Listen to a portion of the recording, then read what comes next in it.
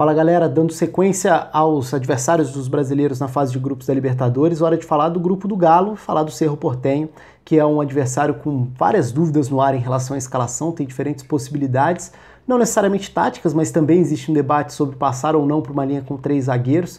Geralmente o time mantém uma estrutura bem no estilo dos times paraguaios nos últimos tempos, né, que são as duas linhas com 4 bem definidas e com 2 atacantes à frente. É claro que isso tem variações, mas de uma maneira geral, o controle desse meio-campo ou o direcionamento do meio-campo passa pelo Aguilar, que é o volante, um dos volantes, mas é quem faz essa distribuição, muitas vezes buscando passes longos para o quarteto ofensivo ou passes que direcionem as subidas dos laterais. E aí essa companhia vai ditar muito qual é a característica do time. Se for o Cáceres, por exemplo, é uma postura um pouco mais marcadora, mais conservadora, preencher um pouco mais, ocupar um pouco mais essa faixa central. Para jogos de Libertadores é possível que seja o Cáceres o escolhido para atuar ao lado do Aguilar. E a grande questão aí está nas escolhas pelos lados, porque essas dobradinhas são importantes.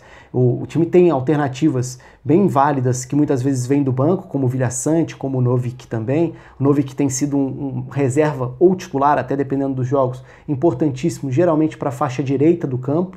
Então, pode até ser que comece como titular, mas se a gente for pegar, por exemplo, um jogo grande nessa temporada, o clássico contra o Olímpia, foi um clássico que teve Carriço por uma das pontas e Oscar Ruiz pela outra. E aí talvez seja a combinação mais leve, buscando drible, com jogadores que podem partir dos lados para dentro, dependendo do lado em que estiverem, né? Por exemplo, o Carriço destro atuando pela direita, vai buscar o fundo. O Carriço atuando pela esquerda vai buscar o centro. O Oscar Ruiz da mesma forma. Canhoto pode ser usado tanto para abrir o campo, quanto para atuar um pouco mais por dentro e tentar gerar infiltração, depende da situação do jogo, mas essas combinações são feitas porque dos dois lados os laterais avançam para os cruzamentos. Então do lado esquerdo o Arzamendi é um lateral de bom cruzamento, muitas vezes usado na bola parada, e no lado direito o Cândia é muitas vezes o titular, é geralmente o titular, o Beto Spínola começa a ameaçar essa condição, mas o Cândia é o titular. E são dois laterais que avançam, então se os meias centralizam,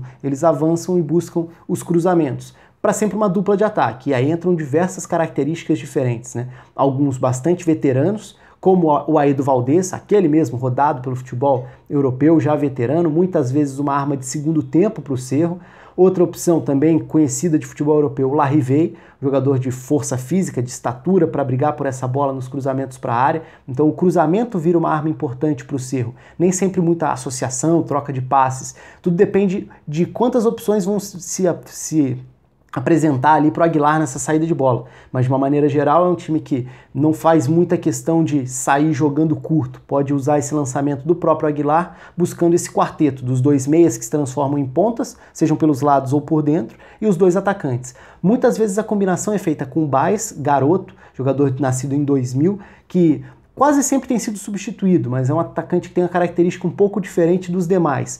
Por quê? Citei o Aído Valdez, que seria esse cara experiente, rodado, cascudo para esse tipo de jogo, com força física, mas nem tanto gás assim para aguentar os 90 minutos. O Larrivei, uma referência de área, um jogador experiente para tentar explorar esses cruzamentos. E o Thurim, que é um atacante que, embora seja muito criticado pela torcida, faz o papel de pivô. Então ele prepara melhor as jogadas, saindo da área, escorando uma primeira bola, um lançamento longo para a projeção desses outros jogadores. E aí dentro dessas alternativas de características diferentes, se quiser ter um meio-campo mais técnico, o Vilhaçante pode entrar para atuar até ao lado do Aguilar, dependendo da situação do jogo, aí vai muito de cenário para cenário. Mas se quiser ter um meio-campo mais criativo, dá para enxergar esse tipo de mudança. Assim como o Novik pode entrar para ser esse meio aberto numa segunda linha, ou pode até atuar por dentro, aumentando a chegada, a ida ao ataque, como esse volante pela direita. São funções diferentes que esses dois reservas podem fazer, eu estou citando como reservas, mas podem ser titulares,